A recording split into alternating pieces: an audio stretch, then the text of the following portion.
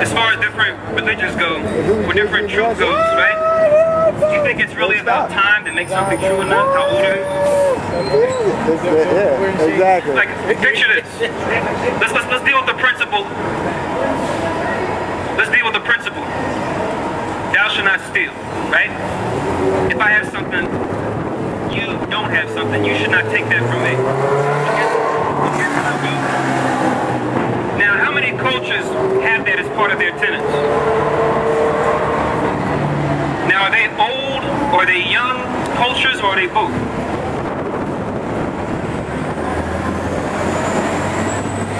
Right, depends on what culture. So now, is it safe to say that we can't say that how old something is takes away its validity? No matter how old it is or how long it's been followed? What's that? Okay, so we're good to go there. So now the second thing I want to deal with.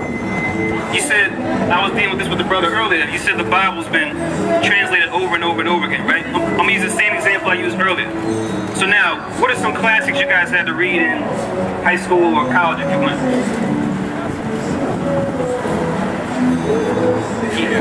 The Iliad, right? Jason and the Argonauts, right? Maybe? So now, you read those in what language? Right, so now, what language are they written in originally? Latin or Greek, right? What are some other books you may have read in school or even for yourself that were originally written in a different language? Just one or two. I'm talking about like for you, outside of books. Okay. I'm asking a question, but you can ask after I finish answering this. Don't forget your question. So, you don't have any others?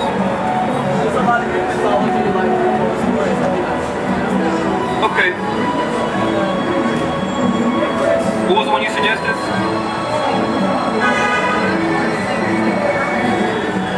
Okay, so it was written in German, right? So now, here's the point I'm getting at, right?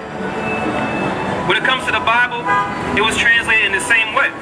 It was translated from one language to another, right? Two of my favorites I like is Sun Tzu, Art of War. Written in Mandarin Chinese, but now we're reading in English. They got so many different remixes of that book, it's ridiculous, right? The Art of War for business, the Art of War for relationships, the Art of War for buying a new car, right? The Art of War for this, that, and the third. But now how is it that we can read that in English, get meaning from it, but it was written in a different language before? Same as studying the Iliad. It was written in Greek before, but we can understand it in English. And if there's certain questions about certain words, they usually have a little subcaption at the bottom, right, that says, this word could mean this, given the tense, given the usage, or what have you at that time, right? You have somebody that studies two languages, they translate from one language to the next. So when you go into the history of the Bible, right, it's the same thing. What you had was King James didn't translate anything. This is real history. You can check it out. Look it up in that Bible dictionary, right? Written by scholars who deal with artifacts, archaeology, right? Like Indiana Jones, right? It says you had six groups of Hebrew and Greek scholars during that time of King James. 3 for the Old Testament, 2 for the New, and 1 for the Apocrypha. They were Hebrew, Greek, and Chaldean scholars that translated the Bible from Hebrew in some cases to English, Chaldean in some cases during the time of Daniel, during that time period, to English, Greek to English, right? That's it. So now, when we talk about being translated over and over and over again, I have to affirm that that's hearsay, because it's just not accurate history. That's not how the King James came about. Now, you have other versions that are out here now that twist words up. I'm not arguing with that. But as far as the King James Version, because we read the Hebrew, right? And we read the Greek. We even use the concordance from time to time to look up the original word and what it meant and what it could also mean, to even consider where maybe there might be misunderstanding, right? But now we find that the King James Version is what? In the high 90s. I'm not going to give a specific percentage, but high 90s accuracy when you compare it to the original Hebrew and the original Greek, and in some cases the original Chaldean. Now, brother has a verse he wants to read for you guys real quick, and from there I want to kind of go on to something a little more exciting as it pertains to this. So go ahead and read this. This is Isaiah 20:11. For with stammering lips and another tongue will he speak to this people. This verse is going into to is that what? With stammering lips and another tongue will he speak to this people. You guys are familiar with basic Bible history. Right. The people. Isaiah 28 and 11. The people of the book were the Hebrews, and they spoke Hebrew. But he's saying with stammering lips and another tongue will he speak to this people. Going into what? In the future, you'd have many different languages. But he's still speaking to them, just in a different translation of the language.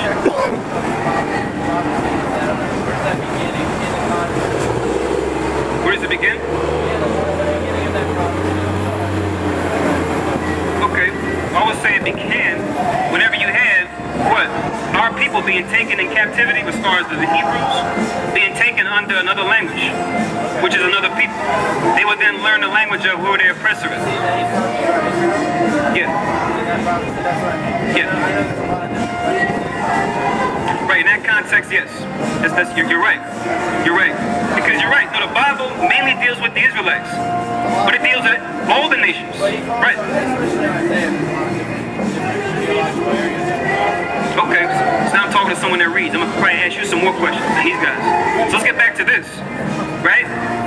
You said these are UFOs, unidentified flying objects. Now I asked you why, if you believed in the Bible, so I just want to address maybe some misconceptions you had about the Bible. So I consider myself a rational thinker too. I only believe in something I can prove or have evidence for. Right? So now, are you aware that these are in the Bible?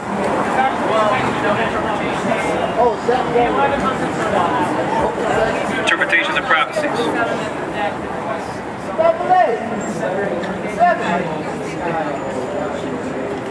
Okay. How about even more? How you doing? All right. How about even more detailed than this? How about the Bible goes into even more detail than that as far as what these are? What am I referring to? I'm not sure right now. I'm not sure. I'm sorry. Okay, I need to get read a little bit. That's why I was asking. So we don't like to preach to the wise. So let's get an example of what these are, because the prophets describe them. You had something? Sorry. Right. You probably remember that film in the 70s, The Chariots of the Gods, right? Real cool. He remembers. So now, in Ezekiel chapter 1, let's start from verse 4, because he's going to describe what these things are. If you go into it, I'm going to read it, but I'm going to tell you now, but these are actually the chariots of God. These are the holy vehicles that the angels ride in. You see, when it comes to angelic beings, I'm not sure if you believe in things that vibrate beyond your light spectrum, beyond your senses. Okay, so now that's what they are, right? And they can do certain things we necessarily can't repeat, even though we're trying to repeat it through technology. Your nation, and even my nation in some cases, in these different research labs out here throughout the world. So now, Ezekiel chapter 1, start from verse 4. Ezekiel 1 and 4. And I looked, and behold, a whirlwind came out of the north, a great cloud, and a fire enfolding itself. Right, so it says a whirlwind came out of the north. It says fire enfolding itself, right? Just like you said, yeah, they had a certain perception of, okay, they saw a light in the sky, they weren't really able to understand what it was. So let's read on, because we read on in the script, he's going to give us more clues behind what he's saying. So we know that a shadow of a doubt what it is that he's actually witnessing. And a brightness was about it. And out of the brightness, and brightness was about it. And out of the midst thereof, as the color of ember, out of the midst of the fire. Also, out of the midst thereof came the likeness of four living creatures. And this might get a little strange. It says out of this came the likeness of four living creatures. So let your mind's eye kind of travel as you read through this. Four living creatures. But now, how are these creatures looking? Read on. And this was their appearance. They had the likeness of a man. They had the likeness of a man, right? Read on. And everyone had four faces. They had four faces. Does this seem familiar at all? You ever seen or heard anything like this before? Even in fantasy. A creature with four faces? What comes to mind? That's what I was thinking of. The quintessence, yep. Not just them though, but you guys might remember the little sci-fi flick Chronicles of Riddick? The necromongers, remember? Yeah. Because art imitates life, right? we are an imitation of the higher powers that be, whatever you may call them. So it says they have 4 faces, but now what do these 4 faces look like? It's kind of funny, their version of justice, right? I don't remember them from the Armada, I remember them from the movie in the 80s. Okay. Where they had that one guy who was like the last survivor, and he's like, spare me this mockery of justice. And you see the quintessence, guilty or innocent. Innocent. But every time they're innocent, they still kill him. I don't get it.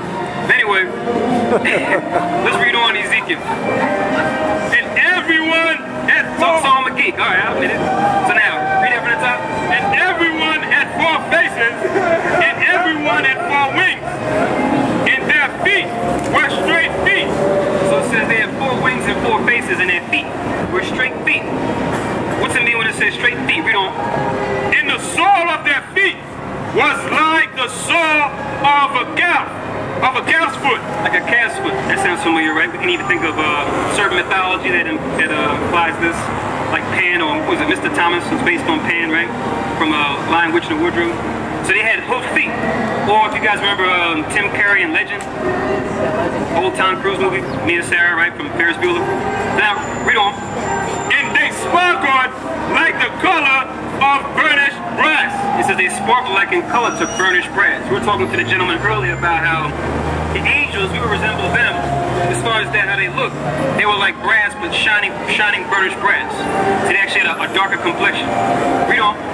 And they had the hands of a man under their wings on their 4 sides, and they forehead their faces in their wings.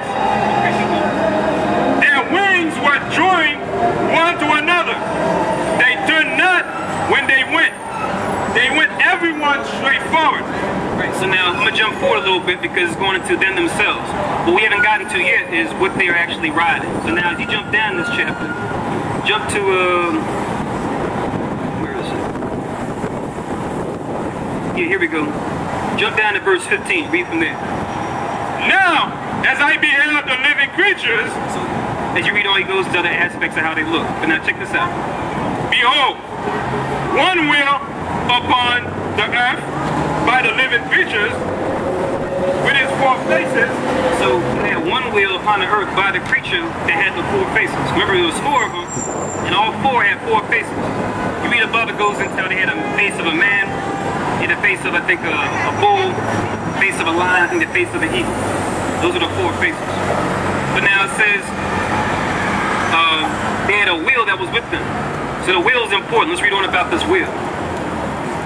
The appearance of the wheels in their work was like unto the color of a barrel.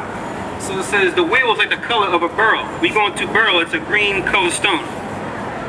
Read on.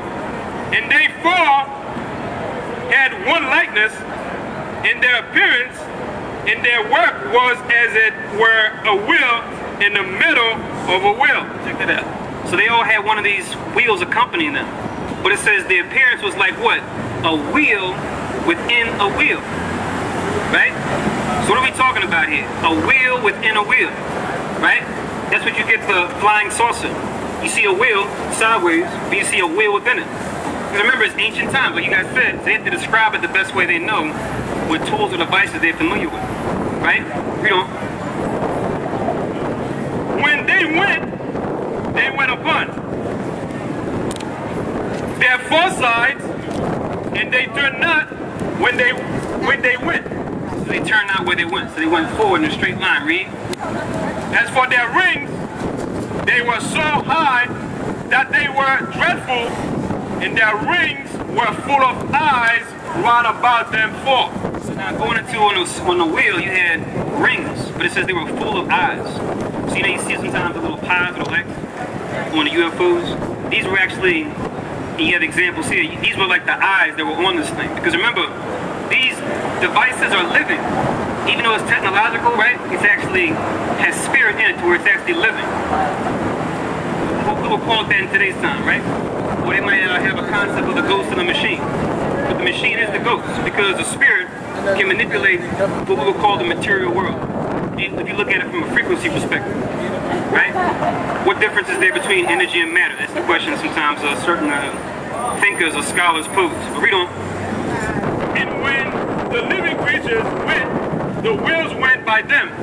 And when the living creatures were lifted up from the earth, the wheels were lifted up. So they moved with these different beings that had the four faces. So when we read about this here, like I said, the prophets of old had saw these too. They've been around actually going back even to the beginning, because you go into it, they're the ones that built the heavens and the earth.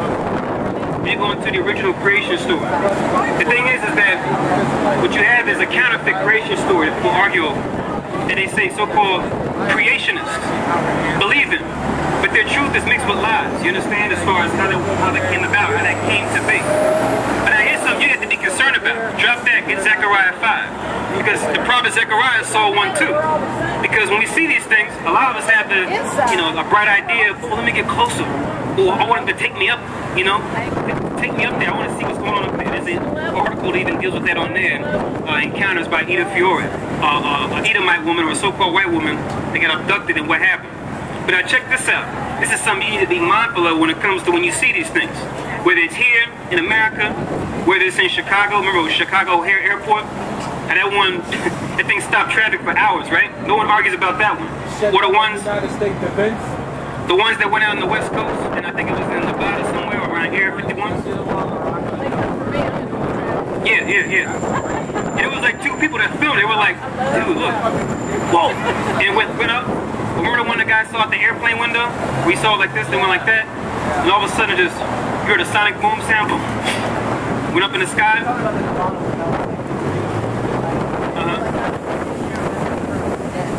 Okay. Okay, I didn't know that one was near the airbase. Interesting. So now, check this out. This is what you need to be mindful of when it comes to these, because we who know the truth, right, who understand the true Holy Spirit, we know what these creatures are. We know what these devices are. They were the ones that led Moses out into the wilderness. You read about the pillar of fire at night and a pillar of the cloud by day. That was one of these. You read about it in Exodus. But when you watch the Charlton Heston movie, they somehow forgot that piece. But it's right there in scriptures. You had a chariot with a beam, a light. They referred to it as fire because fire gives off light. Remember, think about the time frame. That led them out into the wilderness at nighttime. So now, get Zechariah chapter 5 and start from verse 1. But what's the bottom line? This is what you need to understand. This is...